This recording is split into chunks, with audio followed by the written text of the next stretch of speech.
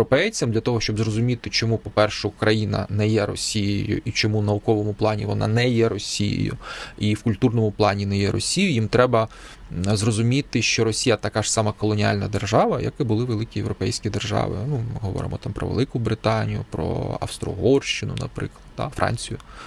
І це треба, це виклик. Це виклик. Вони мають зрозуміти, що немає ніякої великої і прекрасної історії імперії. Історія імперії, вона завжди брудна і кривава. Це боляче. Ти ж представник великої європейської цивілізації, виявляється, що в межах великої європейської цивілізації є народи, які потерпали не менше, ніж народи Аравійського півострову, або Африки, або Латинської Америки.